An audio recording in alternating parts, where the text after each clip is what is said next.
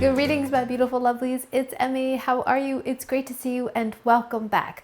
Today, we're going to be making a 5-ingredient dessert that has a splendid name. It's called the Neiman Marcus cake. It sounds fancy, but it isn't. We're just going to be using a store-bought box of cake mix, and we're going to doctor it up to make it fancy or extra or special. But it sounds fantastic. I want to know why it has a fancy name, so I researched it, but I didn't really come to any kind of conclusion. Neiman Marcus is an American department store chain that was founded in Dallas, Texas by 3 people, Herman Marcus and his sister, Carrie Marcus Neiman, and her husband, Lincoln Neiman. They founded Neiman Marcus, now you know the name, and apparently at the time they had an opportunity to invest in a fledgling soda company named Coca-Cola, but opted to go for the department store instead.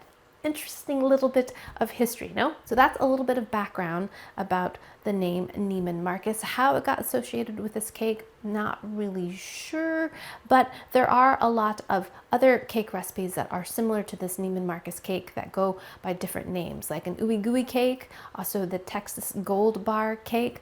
All of them use a store-bought cake mix with a kind of doctored up topping that contains cream cheese. Some recipes contain nuts and some contain shredded coconut, so a little bit of variation on that. But the basic part is the same, just a yellow cake box mix with some cream cheese topping. I'm very curious to see how this tastes because it looks so easy to make. So let's go ahead and get started. So this recipe contains 5 ingredients.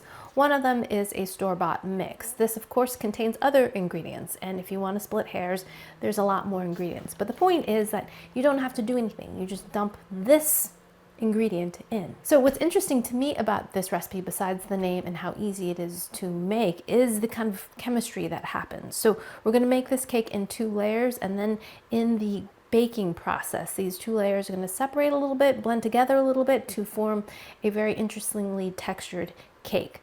A bit like a magic cake, a bit like the ooey gooey cake from St. Louis. Did you see that video? You should definitely check that one out. That one was delicious. And if this one's anything like that one, it's gonna be great. So in this bowl, I've got 1 stick of mostly melted butter, and to that, 1 box of yellow cake mix. So in goes the cake mix, which smells great. It smells nice and vanilla-y. I'm just gonna dump everything in. 2 eggs. I've also seen a variation of this recipe that uses 1 egg for the crust portion. So with eggs costing what they are, you could certainly just opt for 1 egg. I think the texture is going to be a little bit different, maybe more crust-like rather than cake-like. I don't know, this is my first time making it, but that's just my guess. And now we're going to combine this slowly.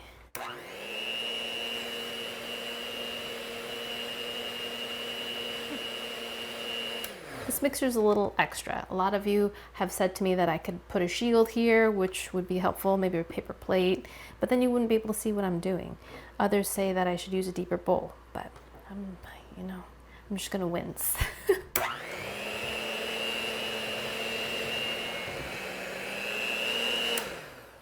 So in no time at all, this has come together into a very thick batter. If you used 1 egg, it would be more crumbly, and then you would press it into the pan. So a little bit different texture. There you have it, bright yellow. So I have a 9x13 pan, and I'm going to spray it with baking spray. You could also line it with parchment or foil.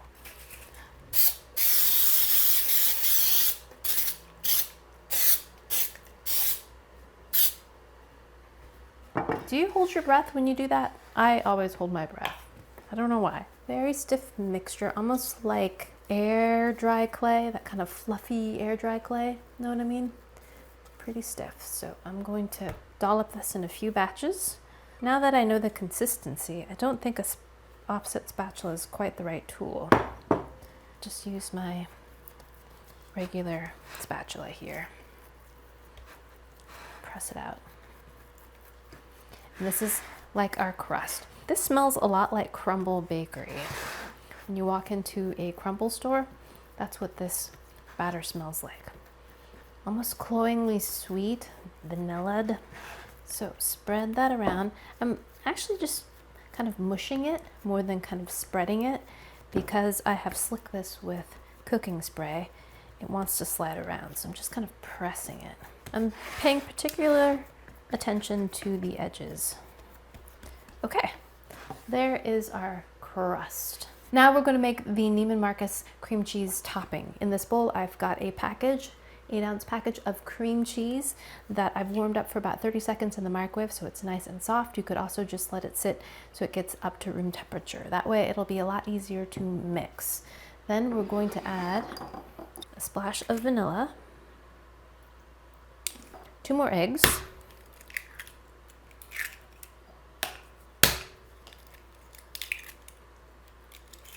and a bunch of powdered sugar. But before we add the powdered sugar, I'm gonna give this an initial kind of blend up. And I'm not even gonna bother to wash my beater blades because, you know, here we go.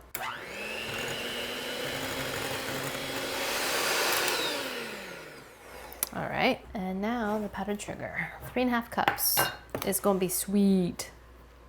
Oops, try not to get it everywhere. Blend it in. Look at that sunny yellow color. It's so beautiful. 2nd cup. More mixing. Whoa. You see that change in texture? It started to climb on the beater blades.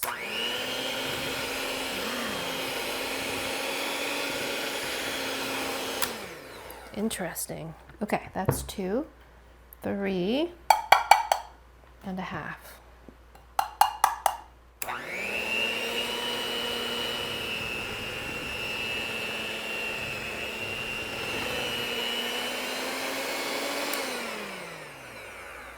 Wow, that got really thick and kind of gooey. Very cool. After the 2nd cup of sugar, it really changed consistency. So we have another batter, cream cheese batter. And I'm gonna give it a few stirs with my spatula to make sure we get all that sugar incorporated. Now we're gonna take our cream cheese layer and pour it on the other layer. Here we go.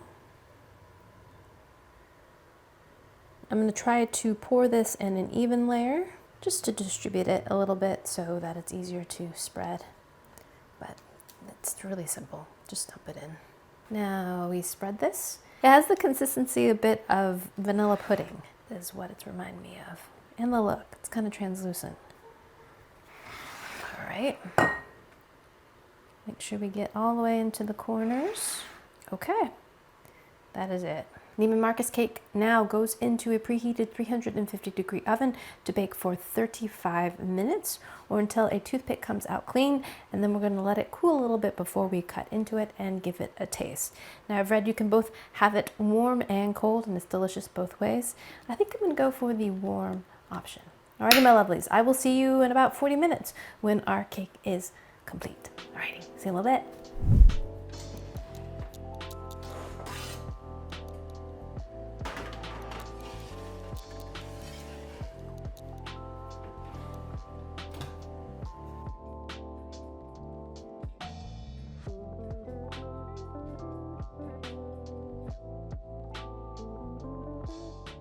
Alright, my lovelies, the cake has baked for the requisite 35 minutes.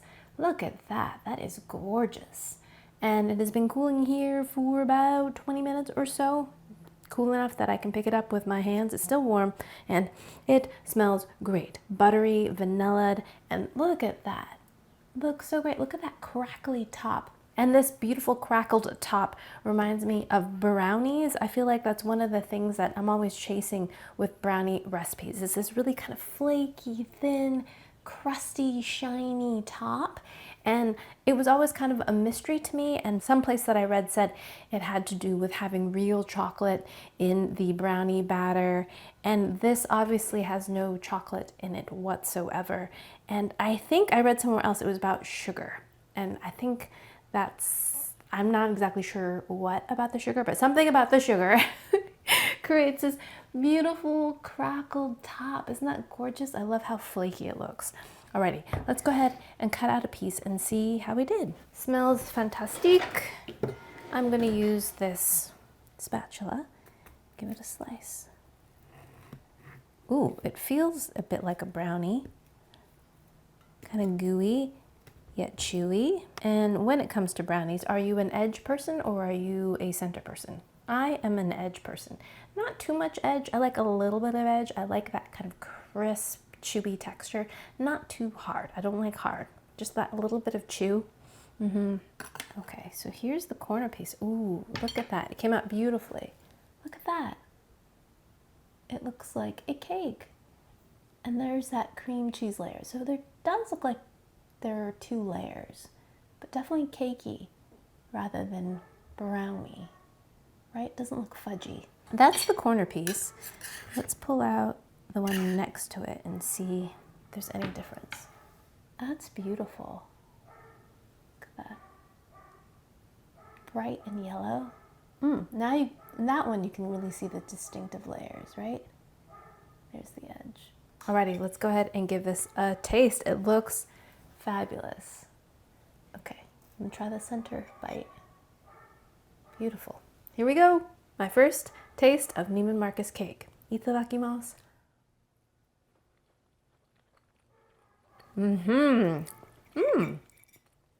Oh, that's nice. It is sweet.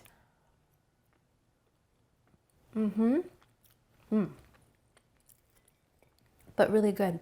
Now, I said that the top reminded me of a brownie, but it's not like a brownie. It's much more like a cake. The bottom is fluffy and cake-like.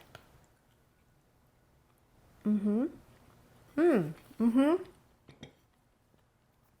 there definitely seems to be 2 separate layers. The bottom part is cakey, and the top part is more almost like an icing.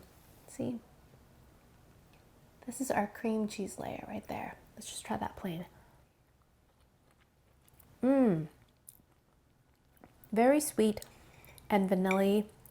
Can't taste much of the cream cheese, but it's almost more like a frosting or an icing. It has a little bit of chewiness to it, which I appreciate. Love that texture. And then paired with the cake, it's a great combination. The cake alone is pretty plain, has a little bit of a vanilla flavor to it, but it's pretty plain. I really like the edge. It has a nice chew and stickiness to it from all that sugar. Combined together, it's a great combination. It's very similar, as I recall, to the St. Louis Ooby Gooby cake. I think that one is a little bit more butterier. Now, each layer really needs the presence of the other for it to work. Alone, they don't really work. The top layer is too sweet, too intense. The bottom layer is too plain, a little dry. But together, combined, they combine forces like, you know, a good little Voltron piece to make something delicious. Super easy. What it has to do with Neiman Marcus, not really sure, but it does feel luxurious. It does feel like it's elevating a simple box cake. So if that's what they meant, then this totally fits the bill.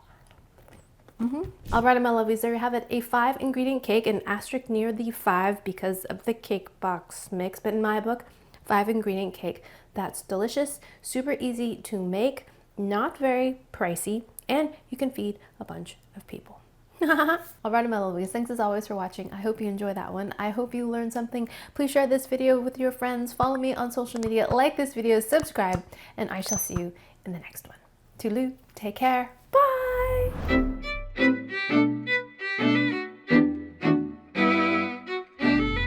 I'm tempted to eat more, but one slice is enough.